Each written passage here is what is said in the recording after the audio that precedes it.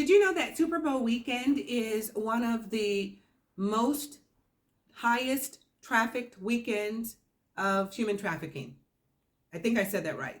That Super Bowl weekend, people who are being exploited, this is one of the weekends in which they are exploited more than any other time.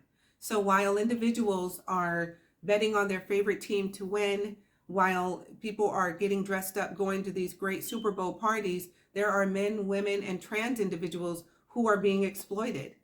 That's heartbreaking. I work with different organizations who help victims of human trafficking.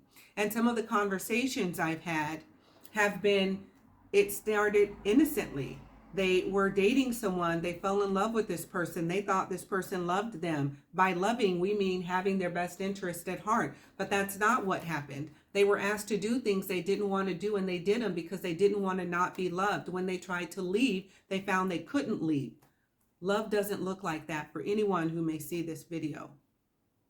Love doesn't demean, it doesn't bully, it certainly doesn't exploit you.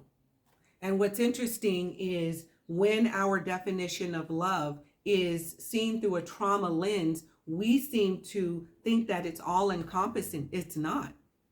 The reason I started my company is because of my own background, extreme trauma, from a violent family to being on the streets as a child, to being on the streets as an adult, to putting my professional life together and realizing that trauma doesn't care if you are professionally successful.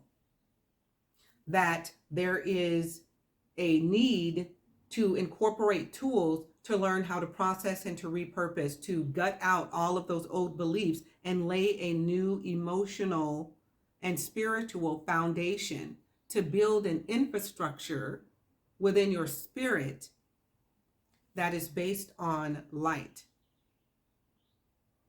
that is based on forgiveness. That is where strength comes from.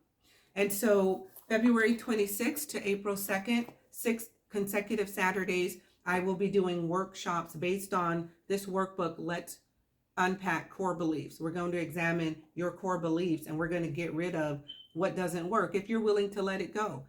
Because I can't do the work for you, but if you are willing to let it go, we're going to provide some tools, some actions for you to take so that you can move to the other side.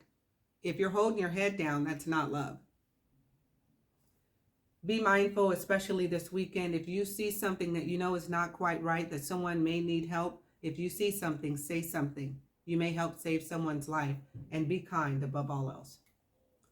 Subscribe if you find this content of value.